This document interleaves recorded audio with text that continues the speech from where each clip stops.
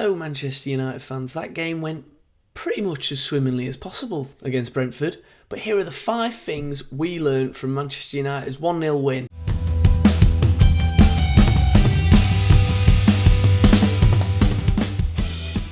In at number 1, what makes Man United's home form so much better than their away form? Away this season has been really one of Ten Hag's weaknesses. He just can't seem to get it right away from home. And when he does get it right, it seems to be a one-off. It can't then be replicated into the next couple of weeks. What makes his home form so much better? Is it you lot in the stadium? Is it sort of players playing more in the sort of atmosphere? I can't put my finger on it, really. All I can notice is that if Man United are at home, everyone seems so much more confident. Man United today, there was sort of overlapping runs from fullbacks. There was centre-backs drifting into midfield with the ball. Goalkeepers passing it around. Whereas away, like Newcastle at the weekend, everything was rushed. Everything was not as streamlined as it should be in a Manchester United side. In at number 2, Rashford at striker was an absolute masterstroke. Finally, Weghorst, after 19 games in a row starting as Man United's sole striker, finally he was dropped in favour of Marcus Rashford, and what we saw was so much more direct, involved, so much more movement from the front three.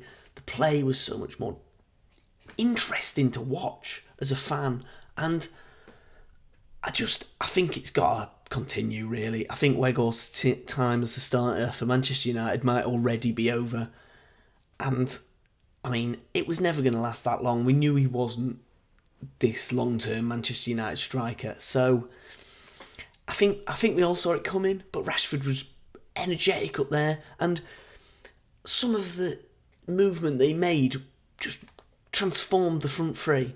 It allowed Anthony to drift inside whilst Rashford went and took up the right wing positions. It allowed Sancho to drift into midfield in that number 10 role that he seems so comfortable in since he joined Manchester United. He didn't really play that role for Borussia Dortmund, so I don't know what's changed in his sort of skill set that's made him want to drop into midfield a lot more than he ever did at Dortmund when Man United signed him, because Man United signed him as this sort of flying off the last man winger, and he hasn't played that. At Man United, he drops into the 10 role. He seems to take up very similar positions to sort of Bruno Fernandes if he's in the 10 role, or Sabitzer, which we'll get onto later. But I think it really worked quite well. It allowed, when Anthony makes those runs inside, the cover was still there on the right wing for that outside option that he needs more often. Dalot doesn't really get up and down the wing, doesn't really offer Anthony those out balls that he probably would need. So I think it worked really well, and I really like to see the fluidity of that front three today. In at number 3, and this is a real negative, the injury woes just deepen. What on earth happened to Luke Shaw? I didn't see him pull up with anything. I didn't see him stop for any reason. He seemed fine until he came off, and then he came off with an injury, and Ten Hag said afterwards, it is an injury. What happened to him? What went so wrong that Luke Shaw had to come off with an injury there? It was very strange to see, and Man United this season have been really unlucky with injuries, and I think it's going to continue. It looks like Luke Shaw's having, the best season of his Man United career? He's been really good. In at number 4, back onto the positives, Martinez and Varane are such a perfect centre-back partnership.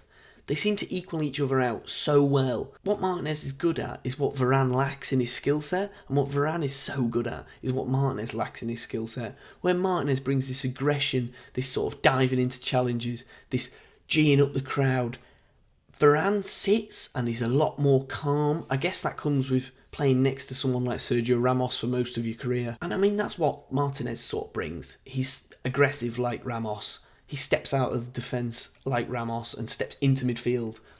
And but Martinez is left-footed, Varane's right-footed. Martinez is passing balls, spreading the play out to either wing, through midfield, whereas Varane keeps it simple. He's great at defending, his recovery speed's fantastic. I think they were so comfortable today, and I think this could be a centre-back partnership for Man United for years to come. There was one negative, and that was the goal kicks.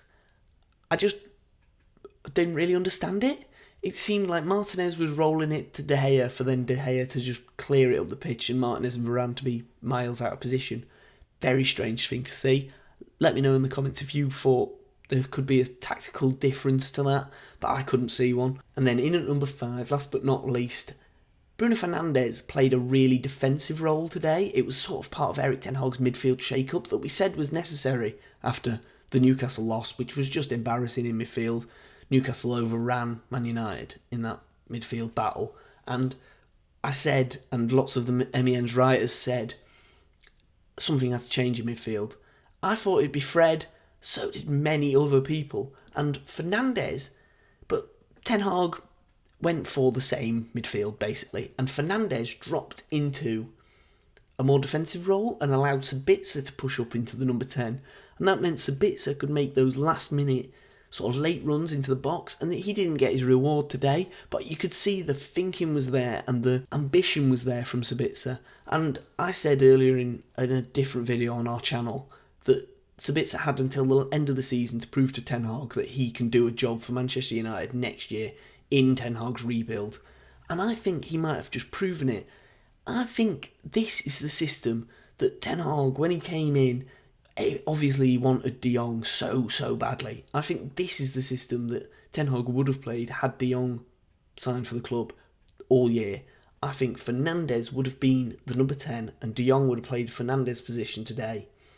And then behind them would have been a defensive midfielder. Make sure to keep it locked to the Manchester Evening News for all the best build-up for every Manchester United game. Make sure to check out our YouTube channel, like, share, comment and subscribe. It really helps us out. See you next time.